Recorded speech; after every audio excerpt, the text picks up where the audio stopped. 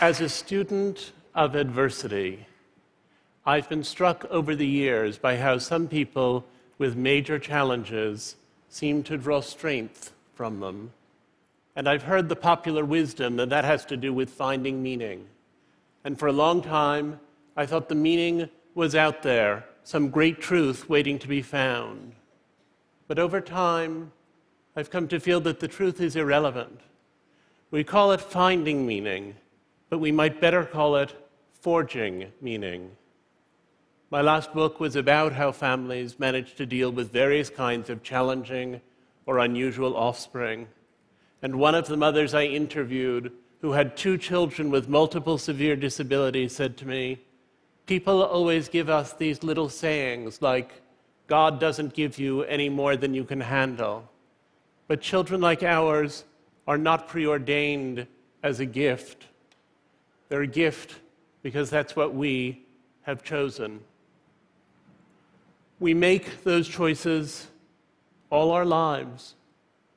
When I was in 2nd grade, Bobby Finkel had a birthday party and invited everyone in our class but me.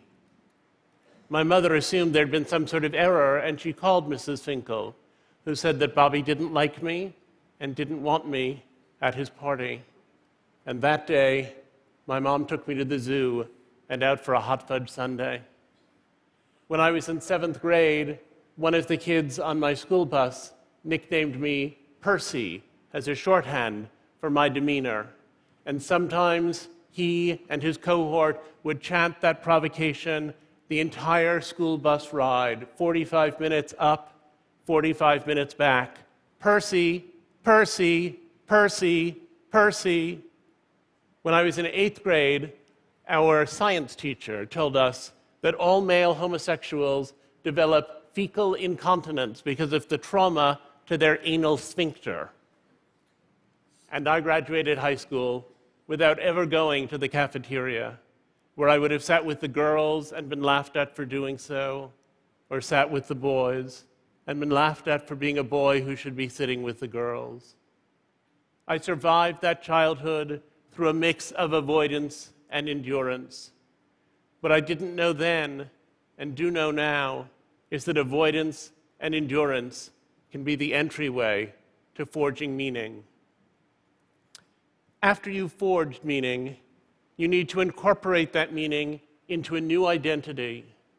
You need to take the traumas and make them part of who you've come to be, and you need to fold the worst events of your life into a narrative of triumph, evincing a better self in response to things that hurt. One of the other mothers I interviewed when I was working on my book had been raped as an adolescent and had a child following that rape, which had thrown away her career plans and damaged all of her emotional relationships. But when I met her, she was 50, and I said to her, "Do you often think about the man who raped you?" And she said, "I used to think about him with anger, but now only with pity." And I thought she meant pity because he was so unevolved as to have done this terrible thing. And I said, "Pity?" And she said, "Yes, because he has a beautiful daughter and 2 beautiful grandchildren, and he doesn't know that, and I do. So as it turns out, I'm the lucky one." Some of our struggles are things we're born to: our gender, our sexuality, our race, our disability. And some are things that happen to us: being a political prisoner, being a rape victim, being a Katrina survivor. Identity involves entering a community to draw strength from that community and to give strength there too. It involves substituting "and" for "but." Not "I am here, but I have cancer," but rather "I have cancer and I am here." When we're ashamed, we can't tell our stories, and stories are the foundation of identity. Forge meaning, build identity. Forge meaning and build identity. That became my mantra. Forging meaning is about changing yourself. Building identity is about changing the world. All of us with stigmatized identities face this question daily: how much to accommodate society by constraining ourselves, and how much to break the limits of what constitutes a valid life? Forging meaning and building identity does not make what was wrong right. It only makes what was wrong precious. In January of this year, I went to Myanmar to interview political prisoners, and I was surprised to find them less bitter than I'd anticipated. Most of them had knowingly committed the offenses that landed them in prison, and they had walked in with their heads held high, and they walked out with their heads still held high, many years later. Dr. Mathi Da, a leading human rights activist who had nearly died in prison and had spent many years in solitary confinement, told me she was grateful to her jailers for the time she had had to think, for the wisdom she had gained, for the chance to hone her meditation skills. She had sought meaning and made her travail into a crucial identity. But if the people I met were less bitter than I'd anticipated about being in prison, they were also less thrilled than I'd expected about the reform process going on in their country. Mathi Da said, "We Burmese are noted for our tremendous grace under pressure, but we also have grievance under glamour," she said, "and the fact that there have been these shifts and changes doesn't erase the continuing problems in our society that we learned to see so well while we were in prison." And I understood her to be saying that concessions confer only a little humanity where full humanity is due, that crumbs are not the same as a place at the table, which is to say, you can forge meaning and build identity and still be mad as hell. I've never been raped, and I've never been in anything remotely approaching a Burmese prison. But as a gay American, I've experienced prejudice and even hatred, and I've forged meaning, and I've built identity, which is a move I learned from people who had experienced far worse privation than I've ever known. In my own adolescence, I went to extreme lengths to try to be straight. I enrolled myself in something called sexual surrogacy therapy, in which people I was encouraged to call doctors prescribed what I was encouraged to call exercises with women I was encouraged to call surrogates, who were not exactly prostitutes, but who were also not exactly anything else. My particular favorite was a blonde woman from the Deep South who eventually admitted to me that she was really a necrophiliac and had taken this job after she got in trouble down at the morgue.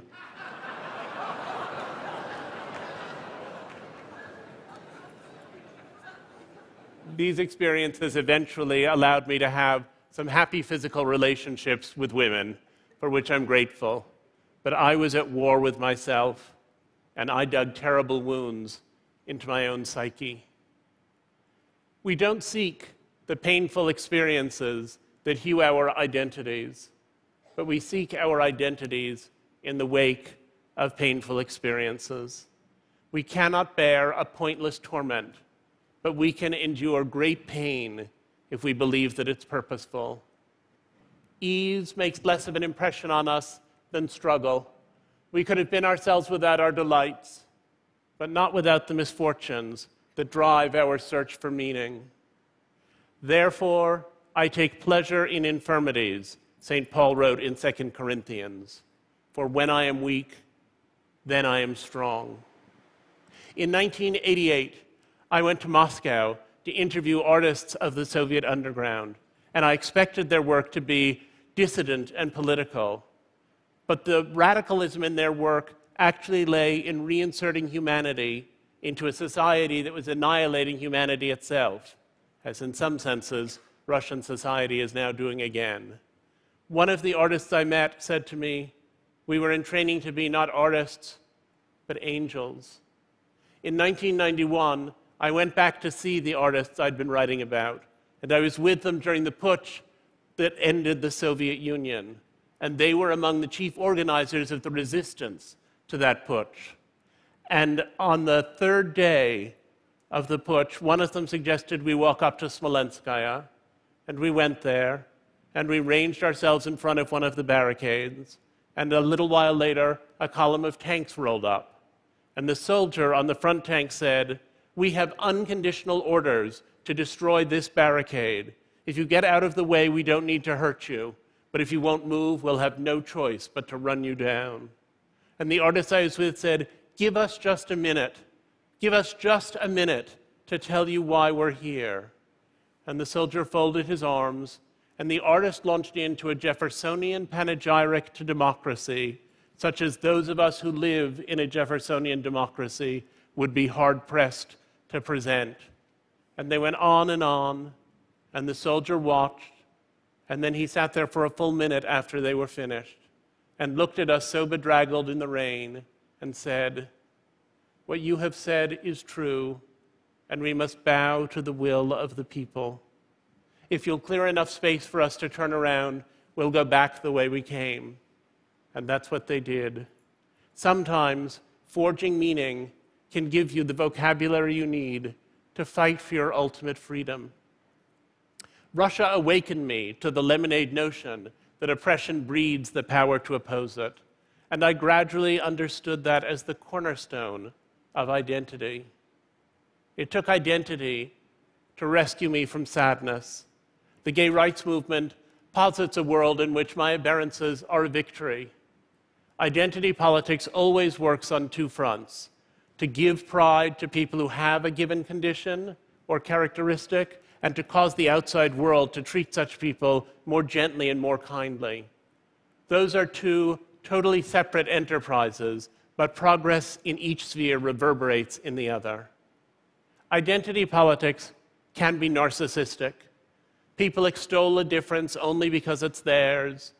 People narrow the world and function in discrete groups without empathy for one another.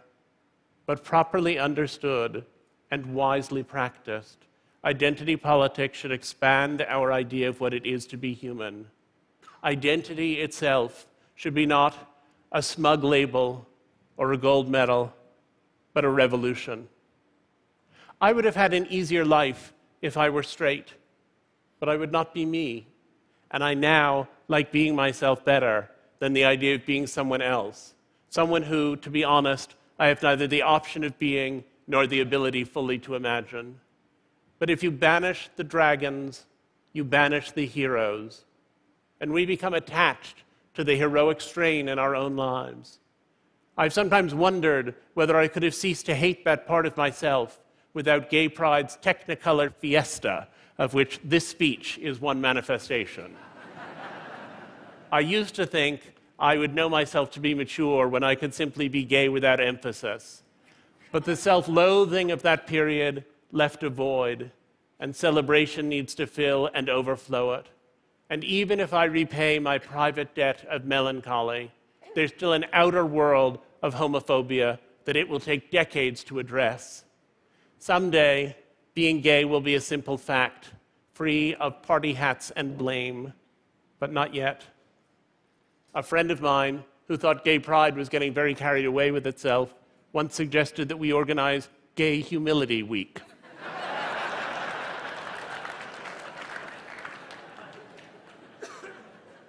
It's a great idea, but its time has not yet come. And neutrality, which seems to lie halfway between despair and celebration, is actually the end game. In 29 states in the US, I could legally be fired or denied housing for being gay. In Russia, the anti-propaganda law has led to people being beaten in the streets.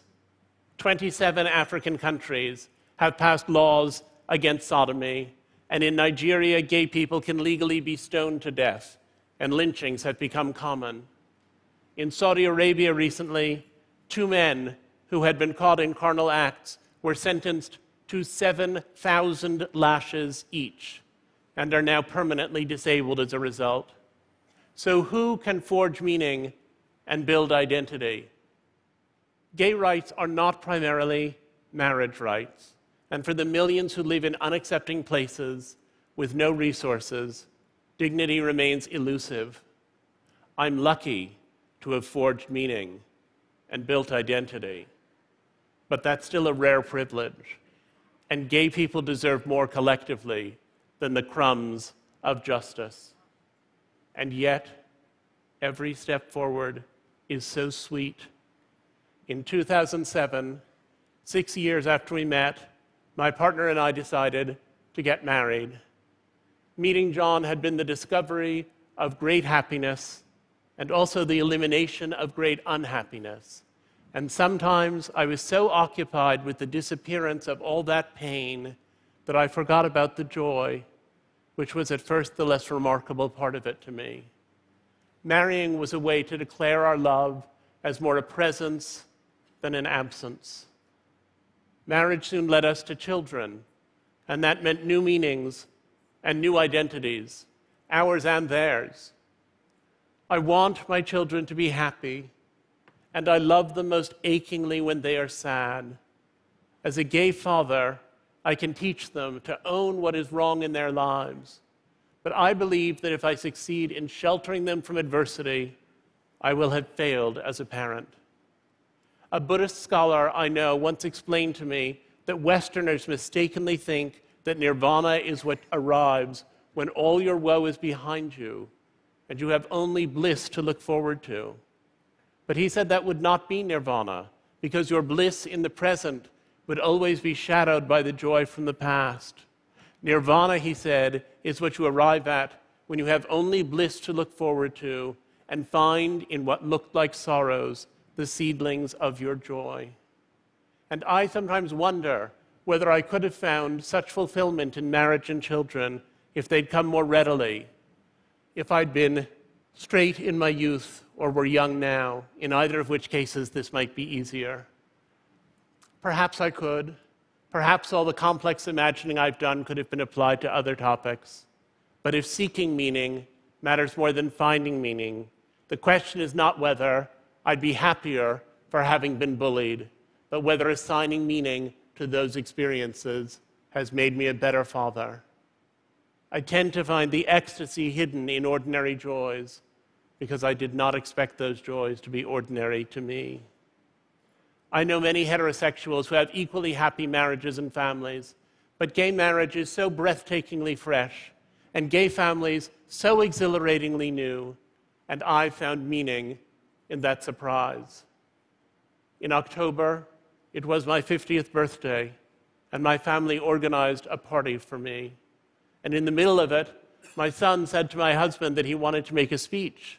And John said, "George, you can't make a speech. You're 4. Only Grandpa and Uncle David and I are going to make speeches tonight."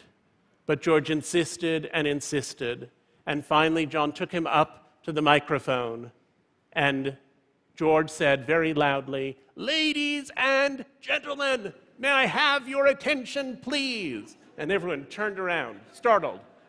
And George said, "I'm glad it's Daddy's birthday. I'm glad we all get cake. And Daddy, if you were little, I'd be your friend." And I thought, thank you, I thought that I was indebted even to Bobby Finkel, because all those earlier experiences were what had propelled me to this moment, and I was finally unconditionally grateful for a life I'd once have done anything to change. The gay activist Harvey Milk was once asked by a younger gay man what he could do to help the movement, and Harvey Milk said, "Go out and tell someone." There's always somebody who wants to confiscate our humanity, and there are always stories that restore it. If we live out loud, we can trounce the hatred and expand everyone's lives. Forge meaning, build identity. Forge meaning, build identity, and then invite the world to share your joy. Thank you. Thank you. Thank you. Thank you.